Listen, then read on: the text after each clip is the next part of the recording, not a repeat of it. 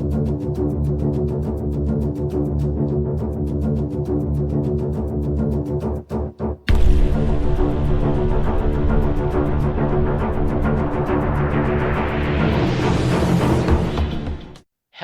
everyone, and welcome to a episode of JKL Media, Last Best Hope for Conversation. I am one of your hosts, Jesse Jackson. Joining me as always on our discussion of Babylon 5 is the podcast mom, Karen. Hello. And my podcast brother, Lou. Hello, hello, hello. So we've made it. Season 4, episode 22, The baby. Deconstruction of Falling Stars. Just JMS and the crew were trying to get through and hoping to get a season 5. They made it. They got season 5, and he decided, oh shit, I need a new episode to end 4.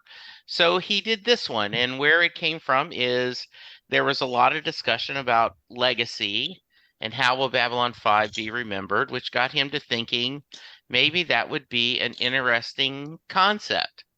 I did lie. I said that none of our cast was in the episode very much, and that's because I did not remember. I was thinking more of the scenes after the Great Burn and the round table where Delenn makes the surprise, but they're actually in a lot. Apologize to that. I just behind the scenes, I sent an email to both Karen and Lou going, hey, if don't think you're looking at the wrong episode, I just misremembered. Karen, quick thoughts on this one. Super interesting. So many guest stars, more guest stars than actual cast in this episode. And I don't know, I thought it was a very novel approach. Yeah, I could see that. How about you, Lou? Yes, all we are is dust in the wind. Yeah. Mm-hmm. Yeah. There was a little bit of pushback from fans that then you're just telling us that all this work we did was for naught because Earth still goes through another Middle Ages and ultimately Earth is destroyed. And he said, yes, but we delayed it. And don't all stories end with an unhappy ending if you go far enough? Yeah, it's very Foundation and Empire. Yeah. Mm-hmm. Yeah. And I know since he loved Isaac Asimov. And so, yeah, I thought it was really good. So I think we'll go through this in the little phases. We start out with a celebration. They're all back to Babylon 5. Everyone's happy. Sheridan is giving the team a hard time in that I'm really happy you guys have recognized this, but I'm going to pretend to be grumpy and everything. Lou, as we start out, what'd you think? And what were you doing when you were watching this, kind of all the discussion and everything happening back at the station? I thought the scenes were good. I like that Sheridan was putting on airs about not happy about what was going on, but I think obviously inside he was quite pleased. But I just couldn't help but how it struck me that him and Garibaldi were just carrying on as if nothing had happened between them all season, which is a point of contention I have with the series, and I know I brought it up before, but it just bugs me that we don't get these payoffs to these character season arcs. And I understand that they probably had to rejig things because of their uncertainty about season 5, blah, blah, blah. But it's just these character beat moments that I'm looking for that you usually get in these kind of shows, but that they're not here. They just carry on as if nothing's happened all season. And that kind of storytelling just really bugs me. So that issue aside, it was a good scene, and it was pretty funny when Londo was talking to Franklin about you guys are putting a curse on this marriage and all this kind of stuff, and I thought it was pretty fun. But again, the camaraderie between Londo and Jakar just doesn't work for me. Again, based on what they've went through this season, so there's a bit of a disconnect in this first scene on subtextual fronts for me on several issues, but those aside, I thought that it was a fun scene, and at least Franklin or Sheridan and Delenn got their payoff in their character. Yeah. How about you, Karen? Along with those two discordant little beats, where's the mention of Marcus just dying? Where's that? They're celebrating everything, but they don't even, I don't know. Yeah, we don't know how much time has passed either. So it's not that long though. It's celebrating quick, the wedding. Yeah. It's close enough that at least Delenn would probably be sad and make some sort of mention. That's nitpicking, obviously. I thought it was cute. I did very much enjoy the conversation that Londo had with Franklin. That's very on brand for him, as Yeah. the kids say nowadays. And yeah, it was a fluffy little scene, even when they walked down the hallway and John is trying to get away from all these mobs of people. He just wants to start his life, feeling like he's done his job and maybe a little downtime would be good. Yeah. By the way, directed by Stephen First. I Hmm. didn't mention that. It's good to see that. Yeah, I'll address both y'all's thoughts that, yeah, it would have been nice. And Marcus was in the credits because this was technically still a season 4, so he was part of the cast. They had to take out Claudia because she is in the final episode of season 5. Because remember, they filmed that in a timey-wimey way. So yeah, and Marcus is mentioned in that final episode. So just, Okay, it's yeah, good. if you think about it, then yeah, but you're right. Delenn or someone could have mentioned him. So I totally agree with you, Lou, that I feel that I don't, I am a big fan of Stravinsky's writing.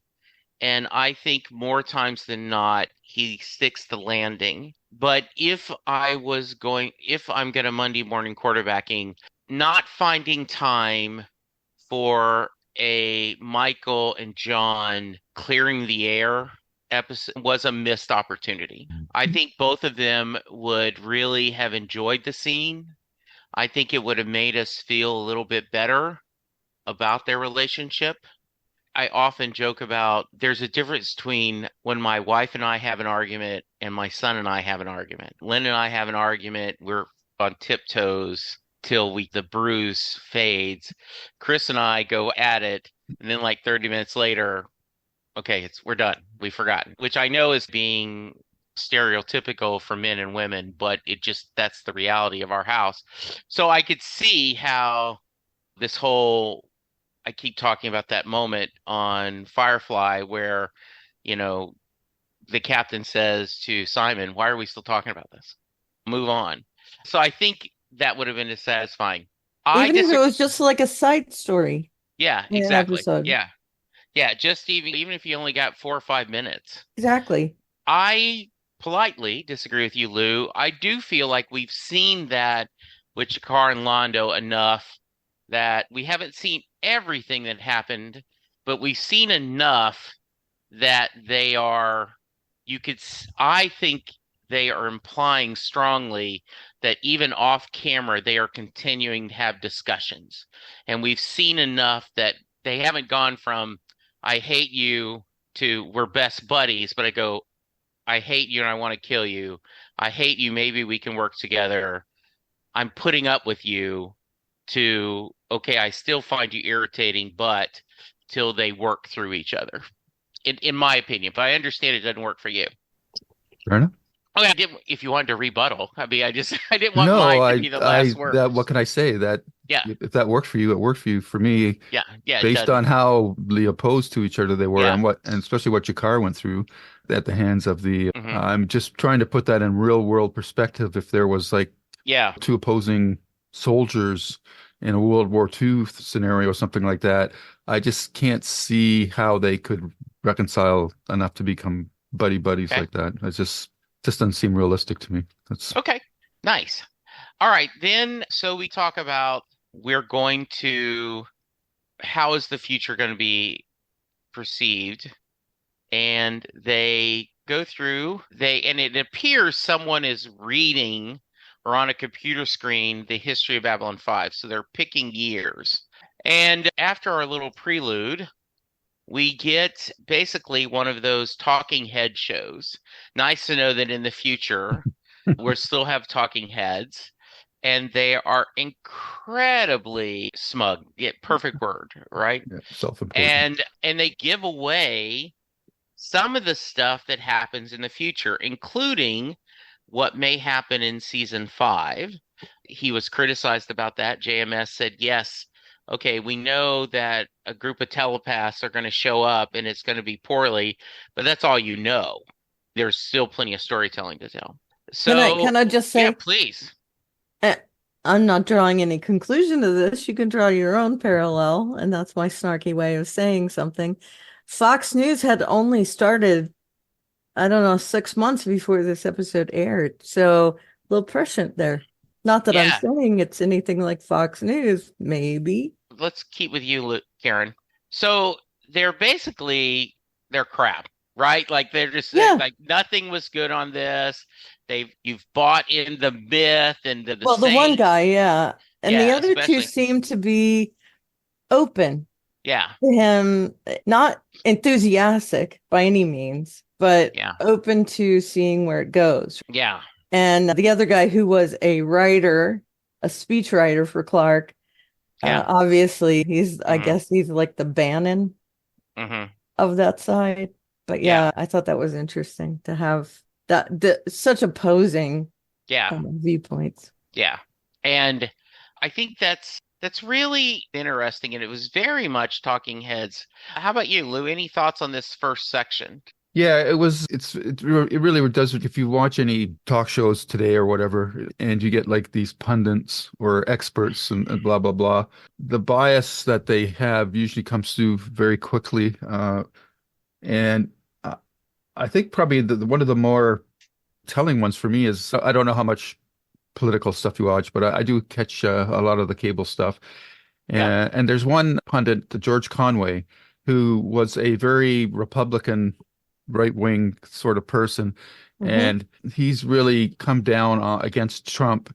And to his credit, it must be because he was a lifelong Republican, blah blah blah, and he's really done a 180. But there's times when he gets so passionate about it that I go, dude, just pull it back a little bit because I appreciate your passion, but I think you're going a little you're turning people off by being going so hard. He had one segment where he basically called another person a liar on the camera. I was going, oh, Yeah. when all the other panelists are looking at him and that. And so this kind of attitude comes through here in this segment as well.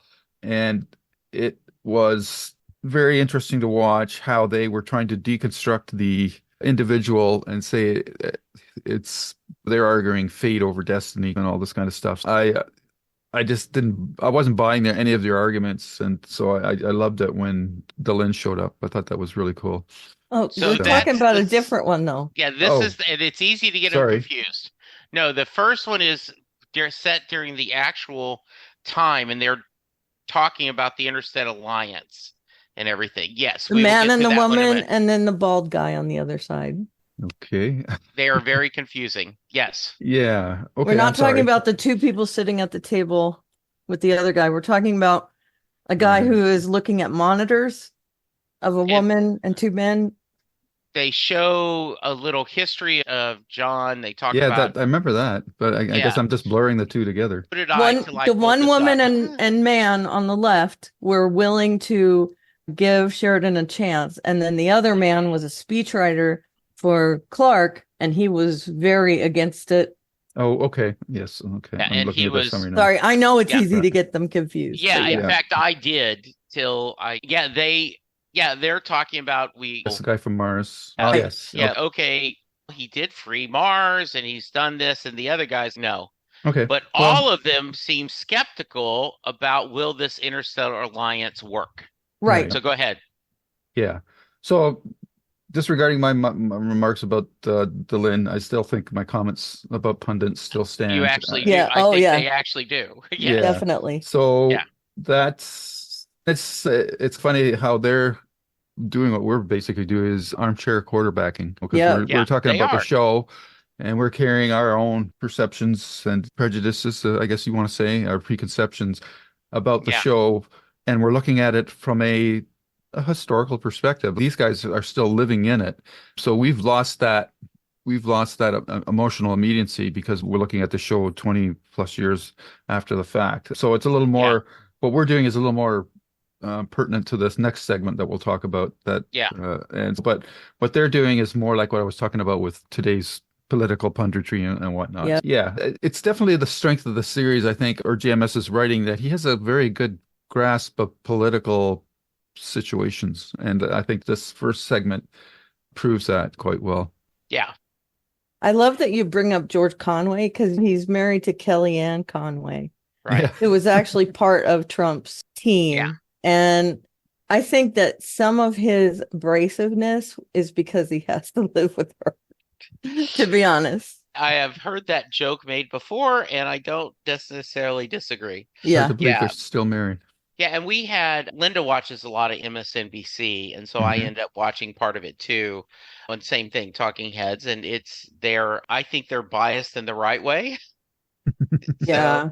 I was very interesting as we're recording this, I don't think we've recorded since the trial results came out, and we will not get into politics very much, but I had to that night flip over to our friends at Fox News and hear Hannity just going on and on about how justice has been, America's never going to be the same. Yeah. Yeah. Then on MSNBC, they were trying not to have the biggest smile on their face, Yeah. right? So I Yeah. did, And then yeah. then there's I don't know if you guys know this, the Midas Network. Have you ever heard of this? Mm-mm. No. They're full on going against Trump, but they're all lawyers, so most of their discussions is based on the facts of the cases and whatnot. Yeah. And one of them, Karen Ann Feligno, she used to be in the DA's department, so she for 30 years, so she was really giving good insights on the whole trial process and Oh, that. I bet that was good. Yeah, and I think she's also a technical consultant on the Law and Order series as well.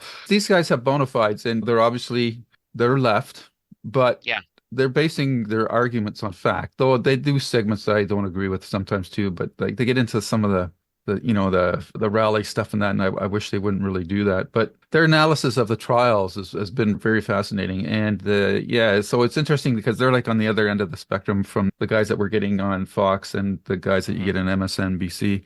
But at least they're basing it on facts, and Yeah. whether you agree with how they're interpreting those facts, of course, is another matter. But so Yeah. it's all of this whole discourse that social media allows is quite interesting. And this is an area that Babylon 5 and other science fiction shows, because as great as we like to think that, or as fun as we like to think it's how science fiction shows are predictors of the future, it's always this social stuff that they really stumble on. And the whole advent of social media has not really been captured properly in a science fiction series to date that I can think of off the top of my head. Maybe you guys can think of a show that's been doing it, but Nope. that's a whole phenomenon that's just totally gone under the radar, or it's been totally missed by all the science fiction writers and TV shows that I'm aware of. And Well, if the to be audience out fair- there knows Oh, of knows any of show one? that does that, then please point it out, because I'd be interested to see how they handle it.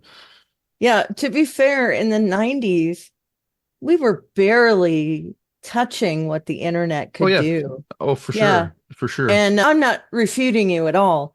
I'm saying social media is such a weird animal when it comes to the internet. We were thinking, I don't know, Usenet and email and things like that. Not even chat rooms really were a big deal. And message boards, those were still That's the really start of it. new. Yeah. And I find it so interesting that we were able to predict a lot of stuff that I am surprised by, like the personal handheld devices and touch screens, all kinds of stuff that maybe wasn't in the forefront, not even on a radar screen or anything. And yet we miss these big parts of our lives, like social media. Even if you're not on social media, it's all over the place. You can't avoid it. Yeah. Questions come into shows from social media. And even if you, like maybe you watch a YouTube show and there's social media all around everything.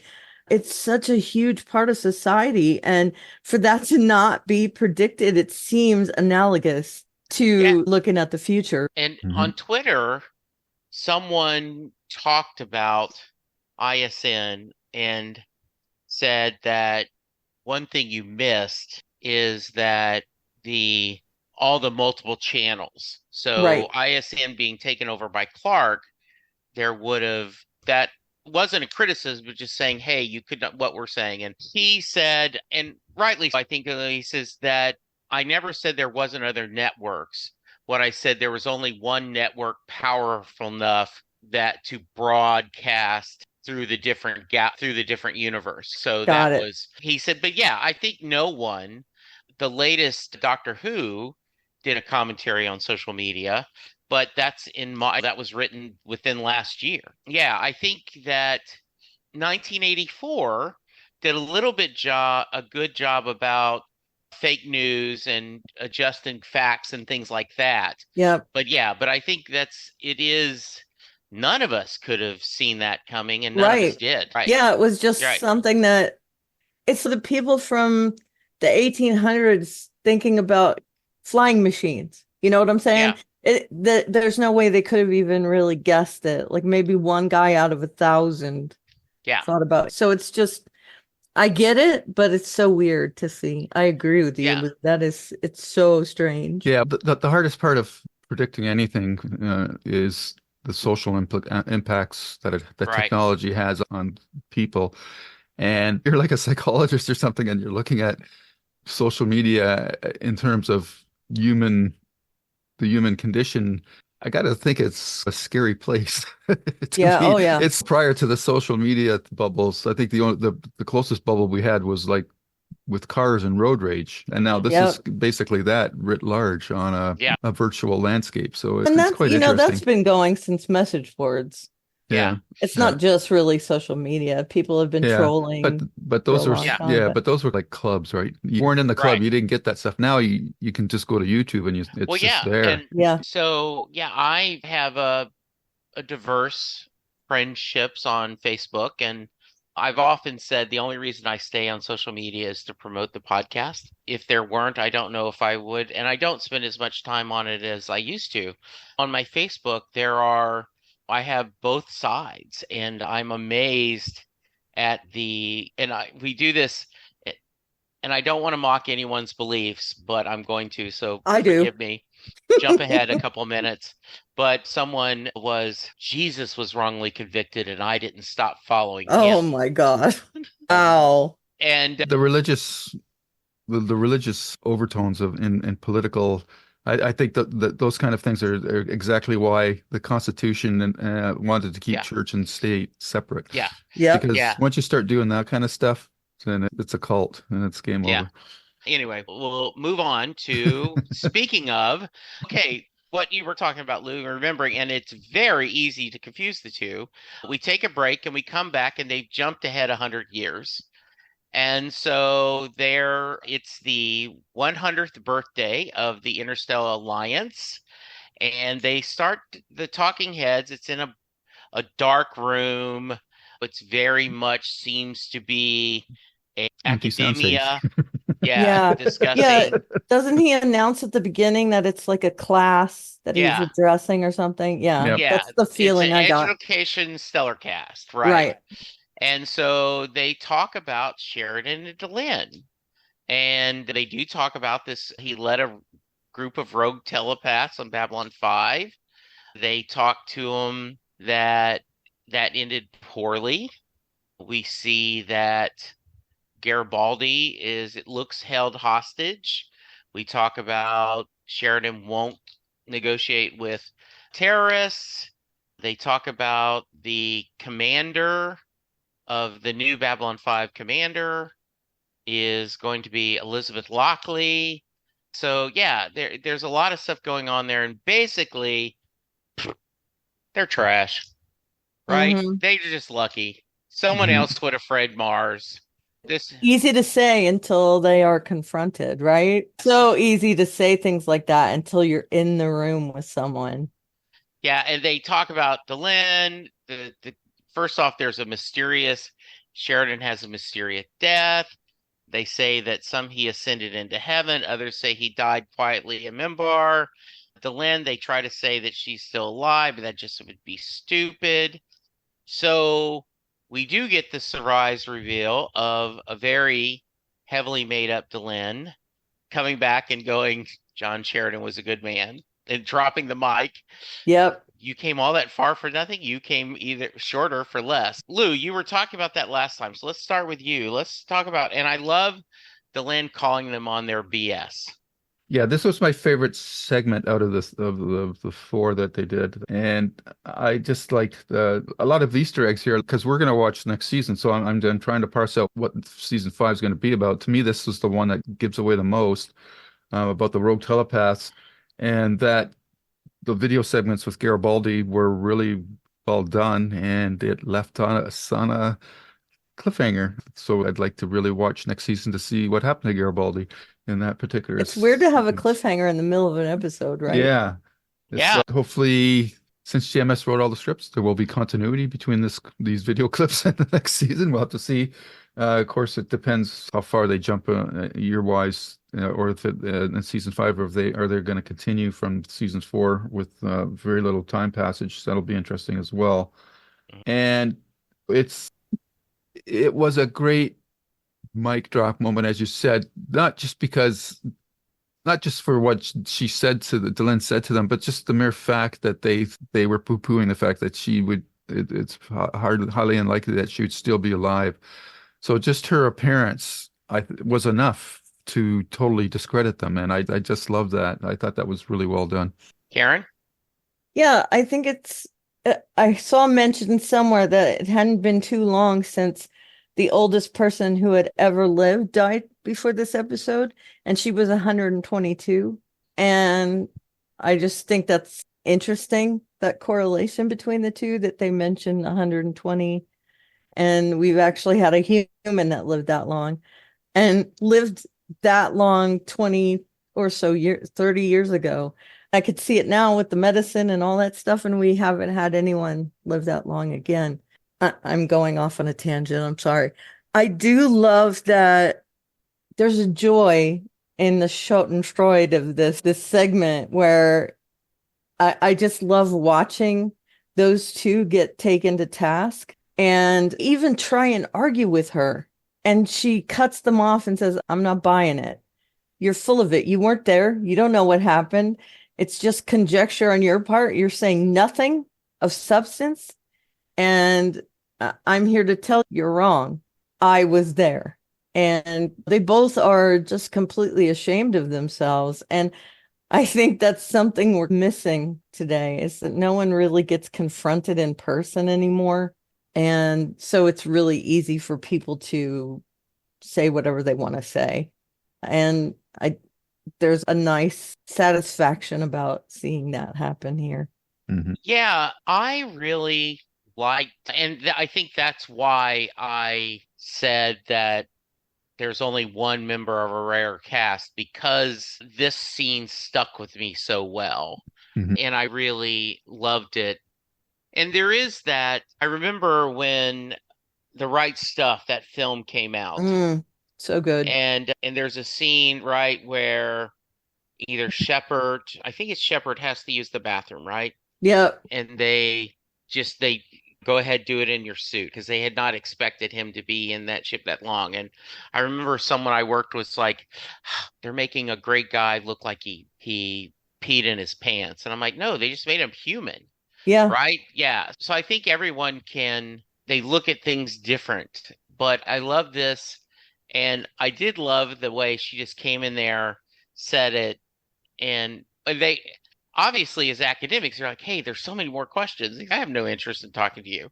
Yeah. Because all you'll do is take these facts and twist them for your purpose.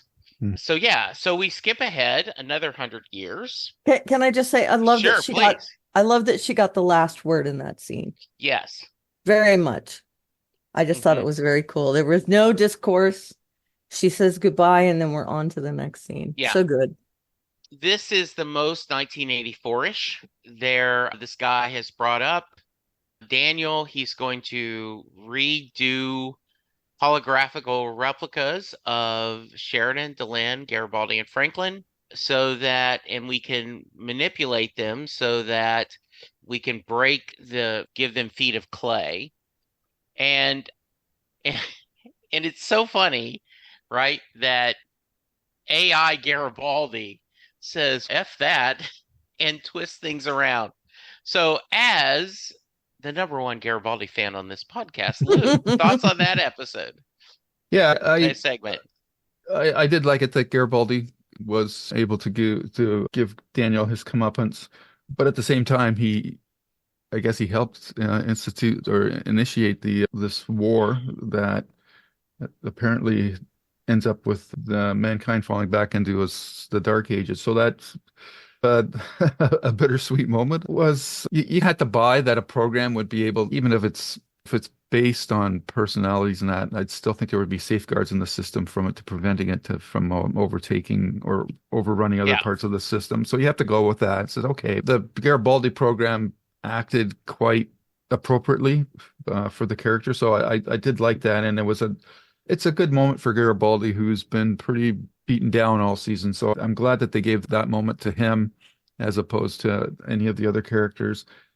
It was tough to watch the characters when they're in a neutral state where they're as close as they could be to their original personalities, and then they're reprogrammed to do things that go against their grain, and to see the other non-participating members watching what was happening. The Sheridan scene where he's ordering the prisoners to be executed, and the Franklin scene was especially unnerving, with the experimentations that he was doing on children and whatnot to see how long they could last without organs and that. It was pretty tough to see those characters doing those things. It was nice that Garibaldi was able to turn the tables on the guy, and yeah, it was a interesting segment that things come full circle. History repeats itself. If we don't learn from the past, the mistakes of the past, we're bound to repeat them. Is very true here.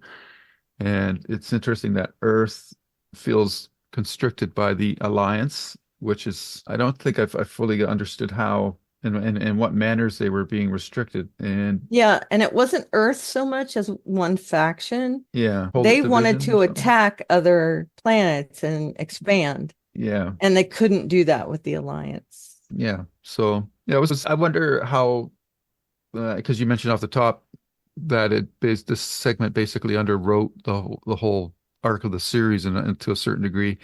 And I assume that most of the discussion about the episode was probably centered on this segment, but I'm just guessing. The next one was a lot of people with the that Earth goes through back another similar to Foundation, but yeah. Yeah, it was weird to see the police chief from Parks and Rec being kind of propaganda-ist. That guy, I was like, yeah, I know who that is. Daniel, by the way, the actor who plays him was on Parks and Rec. Yeah. That was chilling. I agree. I actually liked that Bruce Boxleitner got to play a bad guy for a minute or two, because I haven't really seen that from him.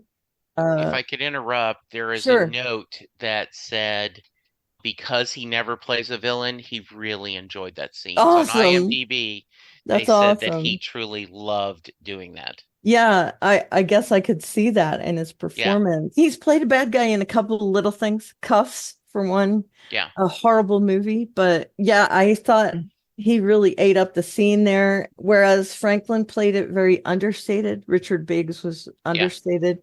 And I think that part of the scene, it had to be that way for the situation that we're putting him in. I also was a little taken aback by how far they were willing to go to discredit these people. Yeah. I felt like poor Delenn didn't have anything to do there except just stand by and watch everything. And I loved that Garibaldi is the one that subverted everything. That you keep the villain talking until you can beat him. While you're doing stuff over here, keep him talking over here. And I'm using hand gestures, but I think listeners get what I'm saying. Sure. Yeah, I thought that was brilliant of him. And especially since he was plugged into the system. Daniel had done that mistakenly, taken their personalities from the system and plugged them in. And that gave Garibaldi his in. And just really, that was the most interesting part of the episode for me. Yeah. Seeing what this guy was willing to do, but it was all pretty interesting. It's just that was an interesting look at the future, like what they were thinking the future 500 years from now is going to look like. Mm-hmm. And I really enjoyed the AI GI saying "Rest well, my friends." I just thought that was a really sweet moment because Yeah. Garibaldi is not often sentimental. Hmm. And to show that, I thought was just nice. Yep. Maybe I because we saw that he didn't get that chance yeah, in his Yep. real life. Yep. yeah, I agree. I like that a lot. Yeah, so we take another break, which by the way, this was perfect. Like on TNT, there actually was a A commercial break, yeah. yeah, commercial break. Yeah. I assumed. Yeah. So we get a monk and I'll have to look. This guy is someone it's that guy. You know how we talk Yeah, he about was this one? in Total Recall. Yeah, Roy You might. Brocksmith. Yeah, Yeah. Yeah. Yeah. that's He's Yeah. one where of those I knew him character from. actors. He's got that Yeah. Yeah. distinctive whiny voice kind of thing. Yeah. Yeah. Yeah. Yeah, I'm looking. Yeah, he's a couple episodes of Ally McBeal. Yeah, I'm sure he's yeah, on some just Star Trek series yeah, as well. Picket Oh, yes, Fences. several. Yeah, Picket Fences. He played the principal on multiple episodes. Yeah. And I thought it was a very fun discussion for me about faith, right? And this younger guy worrying about faith and what we're going to do. And we know because he was adjusting cameras, he was something more than he appeared. And then we at the end, when he goes, we live for the one, we die for the one, that he's a ranger. And they are similar to Foundation, as you mentioned, Lou. They are doing their part to help Earth re-establish themselves. And I love okay, let's have a gas engine and let's find some fuel. But for God's sake, look at it's old. Yeah. Karen, thoughts on this? Yeah, this part was pretty cool. I love the reveal at the end that he is actually a ranger. It was kind of cool to see an old ranger because we had Yeah, never seen that before.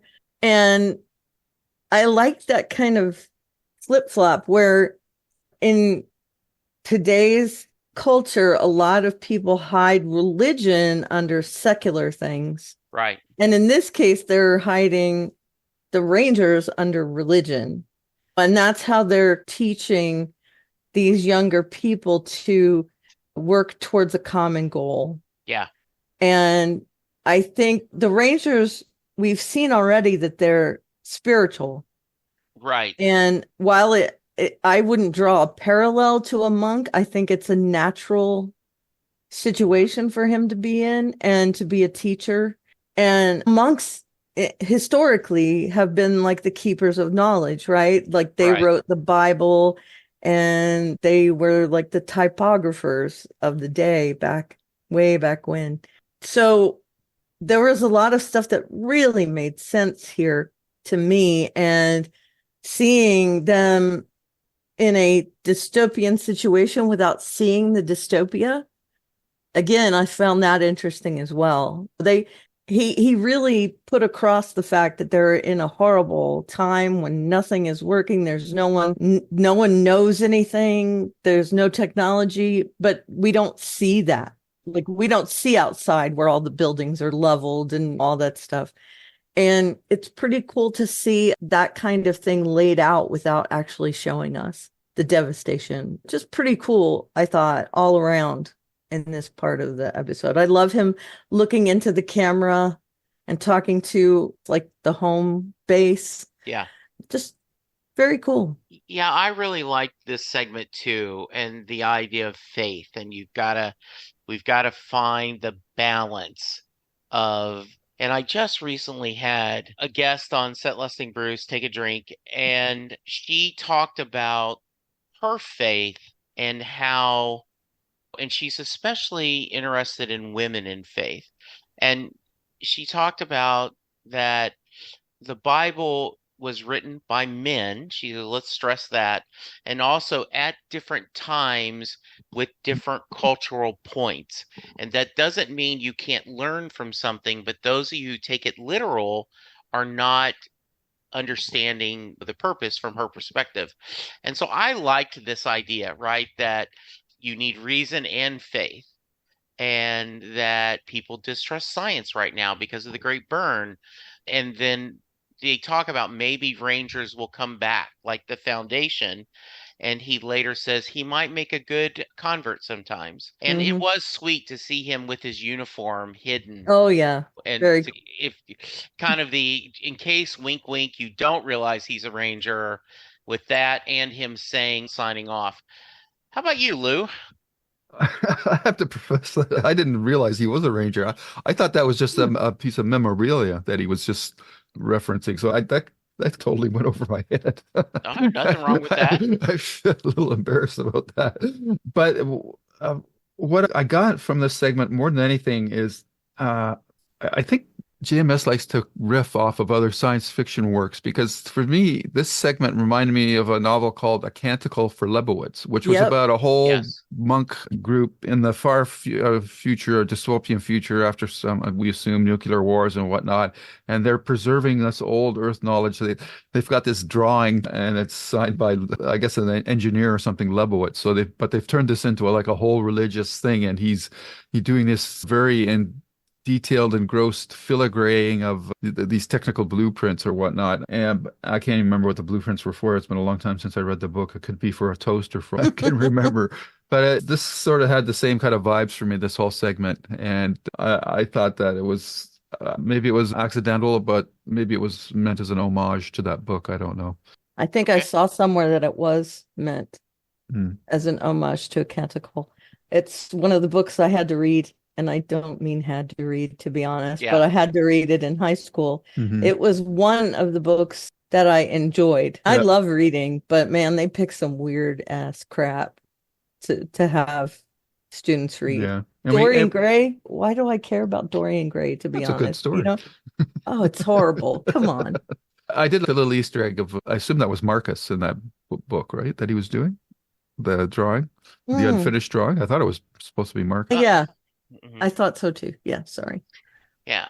Then we get to the last, except for a little coda, where the sun is going to go nova, and they need to leave. And this was a deliberate to look like the Vorlons, that it was the encounter suit that we become the Vorlons. So once again, it in the beginning it ends and they leave and they talk about the earth will end in fire but not in darkness, and how they will continue to move forward, and now then we are the new old ones. So Lou, thoughts on that one? This felt very X-Men-ish, like that chamber with Yeah.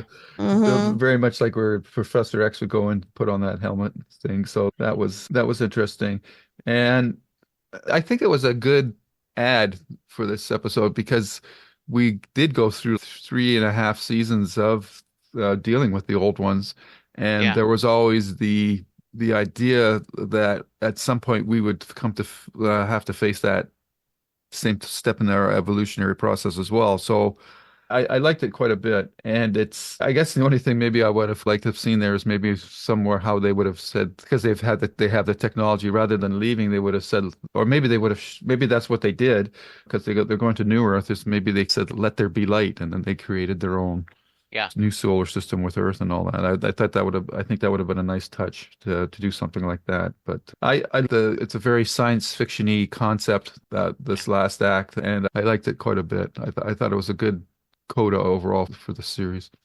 Yeah, one of the lines is, "This is how the world ends, swallowed in fire but not in darkness. You will live on, the voice of all ancestors, the voice of our fathers and mothers to the last generation. We created the world we think you would have wished for us, and now we leave the cradle for the last time." So, Karen, how about you? Yeah, I did look a little bit into this since it's the last episode of the season. I didn't go to the cheat page. I'm sorry. I can't remember what it's Surfer's called. Guide. Yeah, I didn't go to that, but I did look up a few little things. And one of the things mentioned was that the sun wouldn't go supernova. Not only like that, but in a million years, it's going to be a lot further out than that, apparently. And that's from everything I've ever heard, billions and billions of years, as Carl Sagan enjoyed saying, Billions. billions and billions of years. Yeah, apparently there's notes here. It says the premature nova was due to an unknown race opening jump points within the sun. Yeah, that's what I saw as well. Yeah. Is that it's was a Sabotage. cheat, right? Yeah, them opening up the things on purpose Yeah. to do something to the sun. And I found that interesting. I think there's an quite an implication in this part that we're turning into the new Vorlons because he gets into a suit very much like a Vorlon suit, and then that we've become one of the old ones, ancient ones, whatever you want to call it.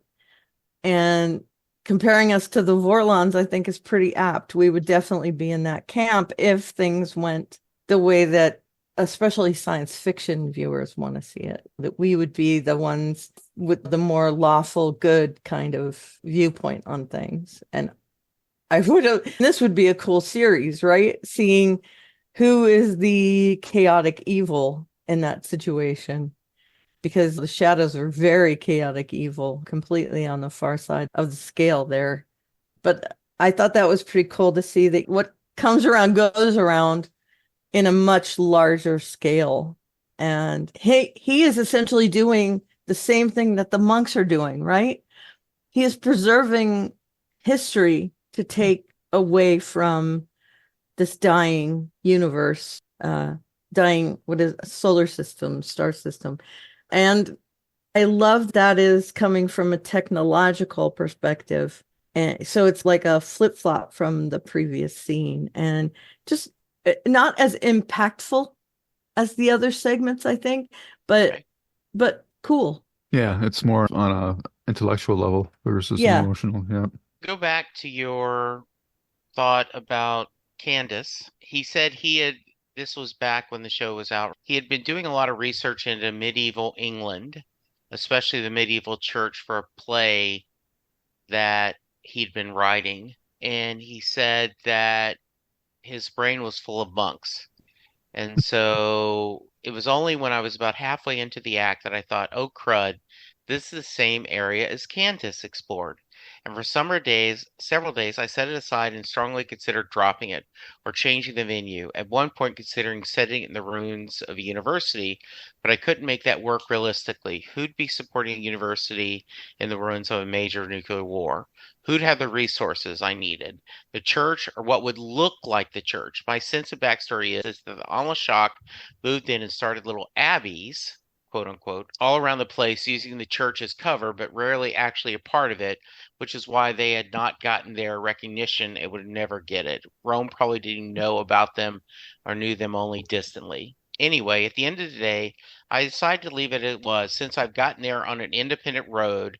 We've already had a number of monks on B5, and there's been a lot of theocratic science fit enriching beyond Candace. Greater darkness, aspects of foundation, others. Yeah. Yeah, So, you're referring to Canticle of Leibowitz, is yes, that? Cantico. Yeah. Yeah, that's a book worth reading. Yeah. That's, Just for yeah. anyone who's into dystopia. Yeah. So, yeah. Any other thoughts before we get our coda where we find our happily married couple in bed and John is what matter? What are we doing? What kind of legacy? And Delenn says, we did what was right, and history will be the ultimate judge. And it ends with dedicated to all the people who predicted that the Babylon Project would fail in its mission. Faith manages. And that was a little bit of people had asked, are you going to write something to way you're going to get a 5 season series done? No way that people are going to, if it's not Star Trek, it's not going to work. You've gotten to do this. And he said, I'm thinking about doing something that will pertain. And he said, this was that title card. He said, as long as the series lasts, that will be on the screen, part of the storytelling. And he says, faith manages. And So that's his little dig at the naysayers, right? yeah, and just in yeah, his version of a mic drop. Good. So any final thoughts about the episode? Lou. It was a good. If there was no season 5, this would have been a good stopping point. So that was the goal of this episode. Then I think JMS accomplished that mission quite well, and I quite enjoyed that overall. I thought it was a really strong season closing episode, and potentially a series closing episode. Yeah, I think that since he knew he had the ending done and they had filmed it, but he didn't want, how do I make something feel like a wrap up? And yeah, I think he found the right middle ground. How about you, Karen? Yeah, I was really glad it's not a clip show. I hate those. Yeah. If there's one in the coming season, I will probably hate it. Okay. But that's lovely to see that they did a one-off format that was original and novel and just well written, I thought. Yeah, the last note on the Lurker's Guide, someone asked specifically, did Elise and Garibaldi get married? And he said, no, they're not yet married. We thought they were. I thought they yes. were. You were right, Lou, and I was wrong. Yeah, it sounded like they were. Yes. Our Karen rating. I think I'm going to give this an 8.5 canticles, I guess. Okay. Oh, Nice. perfect. All right, Lou. I'm going to give this 9 unseen narrators or mystery narrators. Good. I think I'm going to go 8.5 to Lynn mic drops. Excellent. Yeah, I thought this was nice. And I know this one, I'm surprised you guys liked it as much because I didn't, and maybe this helps you guys knowing. All I knew is that I'm seeing this every day on TNT, and this just seems out of the way. What the hell's going on? Why are they showing all these future scenes? Yeah, we have a different context. Yeah, and so seeing that was really nice. Good. So, Karen, I sent you a few minutes ago feedback, but before we get that, do you guys want to? We did this for season 4. Do you want to give me questions or predictions for season 5? Did we already talk about what we got right and what we got wrong? We did we did talk last about time. that last week? Okay. We did, yes. Yep. And I didn't, and if you guys need to think about it and email me, you can. Yeah. Obviously, we know that there's a Psychor thing coming next season, right? There's obviously a telepath thing going on. Bester should be back next season. Maybe he'll even have more to do next season than he did this season. So we'll have to see. I guess the thing is that telepaths aren't going to take the whole season next year. That's a lot of episodes. I don't know if they can drag it out that long. So is there going to be more one-offs next year potentially? Because they're out of the arc of the series, the main arc. It'll be interesting to see how they handle that next year, and how are they going to end this series and incorporate this final episode that they've already filmed but have yet to show, and make it not seem awkward because they'll still be in the mindset of coming back, just having freed Earth. So to come back to that again at the end of the season 5, I'm curious. I don't really know how they're going to handle that, but I look forward to seeing how they're going to do that. And how weird is it going to be for Susan to show up in the last episode if she's not in the whole season? And whoever replaces her, is that character going to be in the final episode or not? I don't know. All righty, good. How about you, So, Karen? Who's going to be the new couple for the next season? Is Garibaldi going to get married? Not a new couple, but they're always, and I'm not saying this is true, but it seems like there's always a will they, won't they kind of thing, even in science fiction. Yeah. And will there be a Marcus replacement character for the Rangers? I hope so. All right. Even if he's not cute. Where is John going with his 20-year life expiration date? Yeah. And are we going to get the conclusion to the Lando Jakar storyline? With how are they going to work that out next year? Because that's still in the future. Yes. But I'm not quite sure if John dies in 20 years, does this Lando Jakar final scene happen before that or after that? I don't know. Yeah. And to remind you, we have seen Jakar with an eye patch choking Londo. Yes. Yep. Yeah. And so in the Jakar, he had a vision that a Narn killed him. But yeah. Twice. I do want to put out there, though, and this isn't predicting anything, but they have subverted that all those things have to come true. They've said that doesn't mean they have to come true. It's just a good probability Yeah. because he's already changed part Yes. of his destiny. And the prediction, Part right? of. You have so many chances for redemption. Right. And they mentioned those, yeah. And Right. has he missed those? Yeah. And what's gonna happen to Bester's lady friend who's frozen? I want to see that if they come up with a way to remove that hardware or things like that. I really want to know a lot more about Bester and the sidecar Okay. in this next season. Okay. Anything else? That's a lot. Okay. Good. All right. Once Lou's again. still thinking. Hold on. Okay. Yeah. I can I hear just the say gears. I just went through a whole because I was thinking, what's going on Earth? But then who's the new president? I assume it's that Russian lady that was voted. I think she was already instituted as the new president, wasn't she? Yeah, I think so. Yeah. Okay, never mind. That's enough. No. And we do have the new Interstellar Alliance. So what does that mean? How does it go? Yeah. And how does John handle that? Yeah. So who's going to run Babylon 5? If is he going to do both? Yeah. Or are there going to be a new commander? Yeah. Or maybe it's Garibaldi. Yeah. No one less suited to run Babylon 5, to be honest. Yeah. All right. I'd rather have Franklin run Babylon 5. Yes. Yeah. Or Jakar. Yeah. Jakar would be a great choice, to be honest, I think. And who's going to read the theme? Who's going to do the narration? Opening narration. Yep. I don't know who it's going to be, but I have a feeling they're going to go back to one voice. I think so too. Okay. Yeah. Who would it be? It'd be someone we haven't met yet, for all we know. Yeah, that's true. Or maybe it's the narrator from this last episode. Yeah, or is it just going to be some neutral that would go against what they do? But yeah, we've seen that the narrator usually has a large part in how the season plays out. Like this whole season was about them coming together as a group to defeat the enemy. Who's it going to be, and what does that mean for the season? Nice. Okay. Anything else? That's a lot. That's good. Yeah. Sorry. No, I'm glad. I was worried since I hadn't given you advance notice we were going to do that, you guys. But that's pretty good for a top off. Yeah, exactly. Yeah. I think you guys have asked some really good questions. Some of them I know, some of them I don't. I can't remember. There are things you're not asking that I think you're going to go, oh, didn't see that coming, and I think you will enjoy them. So it'll be good.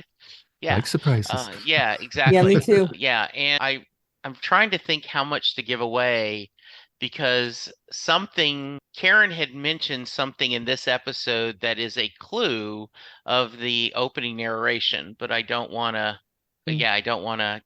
say anything more than that. Okay. Good. Now I'm going to have to go back through and hear what I said in my mind. Yes. All right, Karen, you got our feedback? I do. Let me read this one from Texas on the Shock first. Okay. Hello, Texas on the Shock. So we get a look at how history comes to view the events of Babylon 5 through the ages. I recall a video on YouTube channel Sci-Fi Debris doing an analysis of Star Trek 6, where he said that the interpretation of history frequently says more about those who are telling the story than about the events themselves. Yeah. Oh, yeah. That's a good point. Yeah. Yep. This is something we see quite frequently in modern society. We sit here in the current year and look back, passing judgment on those who came before. I've come to believe that if we were able to go back into the past, we would find that it is simultaneously better than we thought. Lou made me yawn just now. Sorry. Better than we thought, and it was worse than we could ever imagine because people are fickle and history is complicated. I also wonder I'm sorry, we can cut that out because he doesn't finish that sentence. Okay. People often criticize Truman for making the decision to drop the bomb or some of the deals Kennedy made to end the Cuban Missile Crisis, citing other options they might have considered. But that's taking what we have come to call the Monday morning quarterback approach. We sit here with the benefit of hindsight, but we will never be able to understand what it feels like to actually be in that situation. That creates a pressure like no other. We also have this tendency to put historical figures on pedestals to make them out to be outright villains at times. One of my favorite movies is a film adaptation of the play 1776. Oh, Texas, mine too. I love that movie. I was going to say the same thing. That is one of my So favorite great. films. Yes. Sit down, John. There's a line in it. It has a lot of good lines that has come to define how I view the American founders and historical figures in general. As South Carolina is threatening to sink the independence movement forever unless references to slavery are removed, John Adams turns to Benjamin Franklin and says, "Mark me, Franklin, if we give in on this, posterity will never forgive us." His actual quote was that it would lead to a war in 80 years, but the writers were afraid audiences would never believe it. Franklin That's pretty responds, interesting. Just yeah, stop for a it minute. is. That it actually, and it was within. So he predicted the Civil War, essentially, right? Yeah. Franklin responds, "That's probably true, but we won't hear a word of it. We'll be long gone. Besides, what will posterity think we were? Demigods? We're men. Nothing more, nothing less. Men trying to get a nation started against greater odds than a more generous God would have allowed." And that's what we seem to forget. For as much historical figures have story, myth, and legends built up around them, it's important to remember they were men. They often accomplished remarkable things, but they were still mortal with all the baggage that comes with that. They had good qualities and bad qualities. Okay, I've got all this philosophical rambling, but I probably ought to say something about the episode. Overall, I enjoyed it. Some don't, but I like the unique approach it has. Some favorite moments of mine when Delenn appears to shut the so-called, quote-unquote, experts up. If someone from history appeared before us, would we actually be able to look them in the eye? The moment where Holo Garibaldi gave that smirk to Danny after completely outsmarting him. Seriously, he gave a hologram Garibaldi's skills and personality. He deserved what he got. I love the entire fourth sequence. Alowin's talk about faith and reason is one of my favorite quotes on the subject. JMS was rather amused to find that line has actually been used in sermons. Anyway, this is long enough, so I should wrap up. I believe he'll be doing In the Beginning next, so we'll see what happens when the quiet ones change the world. This is the Texas on the Shock signing off. Is that what we're doing? Yes. In the we beginning? will do that. Okay. Yes. So confirmed, Texas. Yes. All right. This is from Nathan, our resident naysayer, which I love, by Yes, the I way. do too. I Don't do take love that that. as a criticism. I love that we get I do different too. viewpoints because it makes me think Yeah. about, Exactly. hey, maybe this has a lot of merit. My initial reaction to this episode was, huh? Mhm. And I still can't say that I like it that much since it's like a filler episode with flashbacks, but about the future. Okay, that's a future. long way. Yeah. Yeah. I still can't identify why it doesn't quite work for me other than being a collection of short scenes and its wistful nature mixed with terrible events that are yet to come. Strange modern notion new viewers have taken from the episode in recent years is that after ascending humans go into the past to take the place of Vorlons. Why, if they make those big mistakes and humans clearly know about them? Yeah, so this is me talking.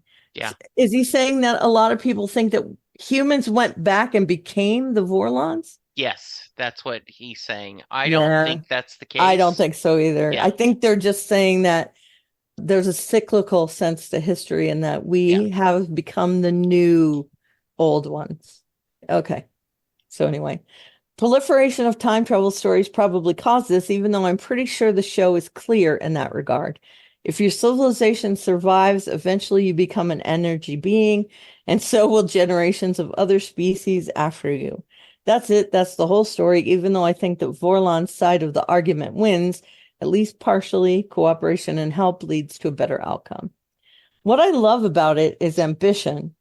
You guys mentioned that some shows jump a year to a decade into the future, but Babylon 5 was much more daring and showed a million years forward, where Jason Ironheart promised to wait for us. One of my big regrets is not seeing that definitive, unchanging future realized in the show. The prophecy from season 1 being realized, Garibaldi dying, Babylon 5 being destroyed, and Babylon 4 being hijacked as its replacement into the present. As it is, while Deconstruction sours the triumph of the previous episode, but also shows that just because the B5 crew has managed to overthrow fascist government, it doesn't mean that it has changed the whole political system and the direction of Earth's development. One moment seems more and more wrong-footed with years, the idea that personalities don't matter.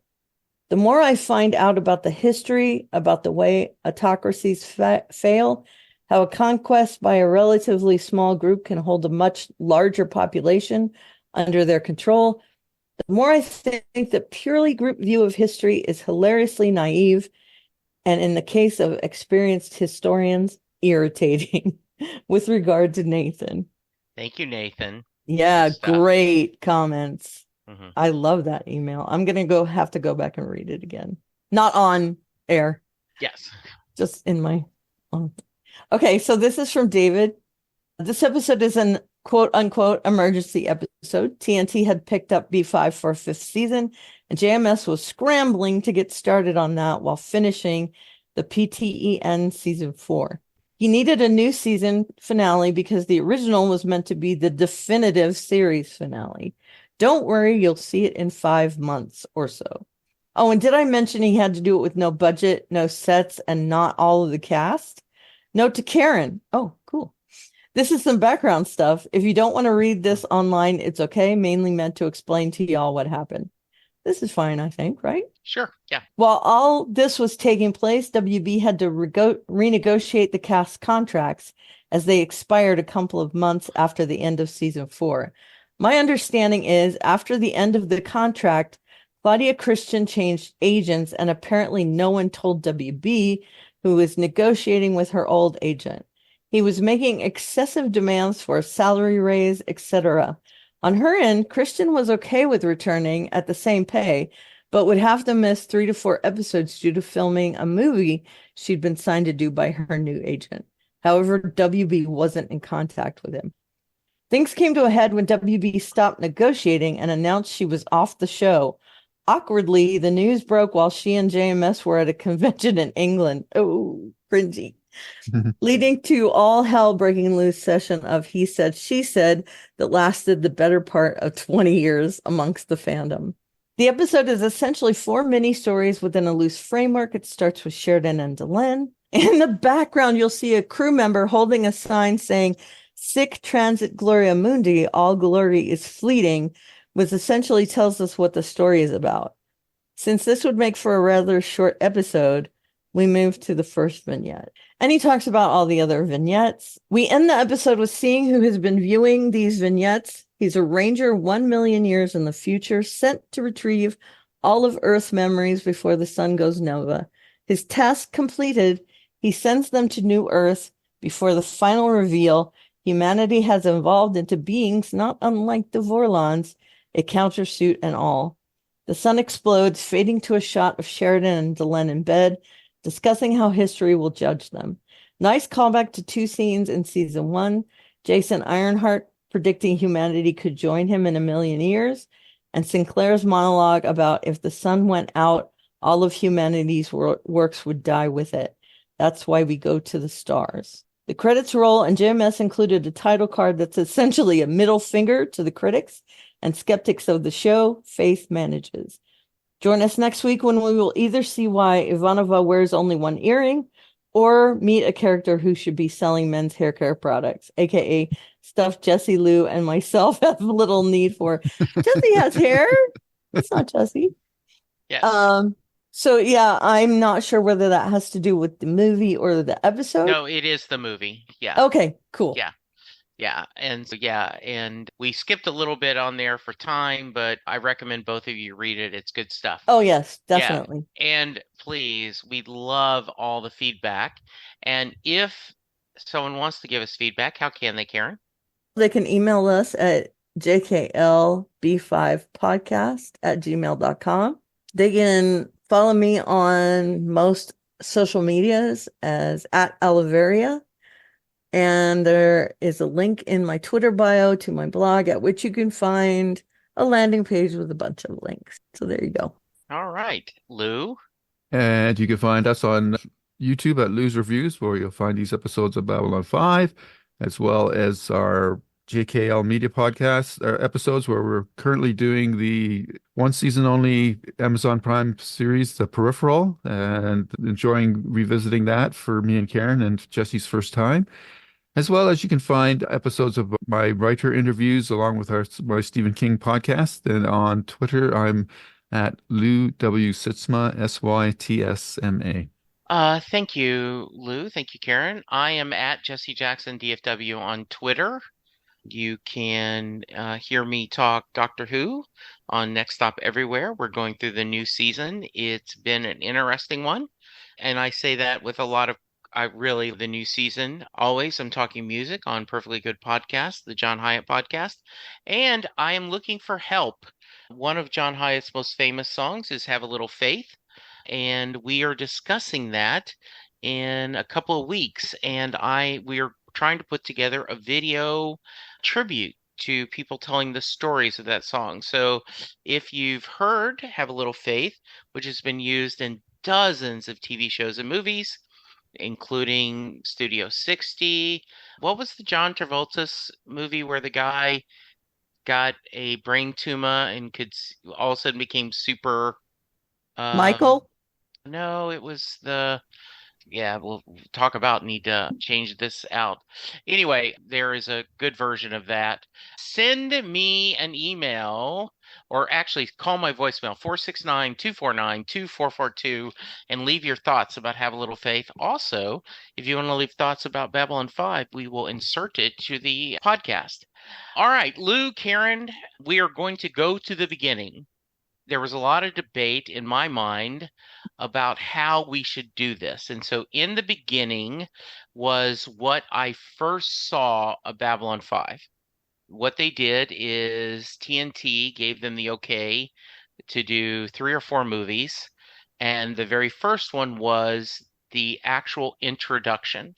And so this is, as it says, how it all began. So it's in the beginning. This is what I saw first. Then I watched The Gathering. So there's kind of 2 pilots. So this will be, I think, I'm really curious what you're going to think of this. And we'll go from there. And then the next week we will start the season 5 of Babylon 5. Any final thoughts, Karen or Lou? So we're just doing one movie? Yeah, we're just doing the one movie. It's in the beginning. Okay, when did we do The Gathering? We already did The Gathering. That was the was first our episode we watched. Pilot. That was the very first episode at the beginning of season 1. Oh, yeah. Okay. And so, been a million years since then. Yes, it is. Yes. So I'm really curious.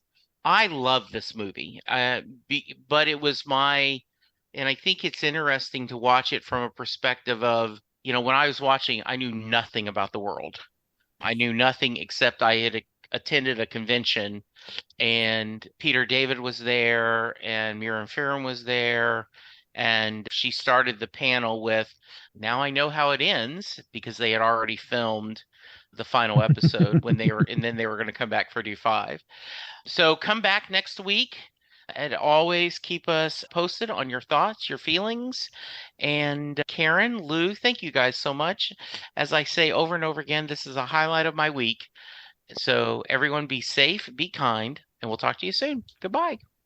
Bye. Bye-bye. Yay. All right. That was a long one. And scene.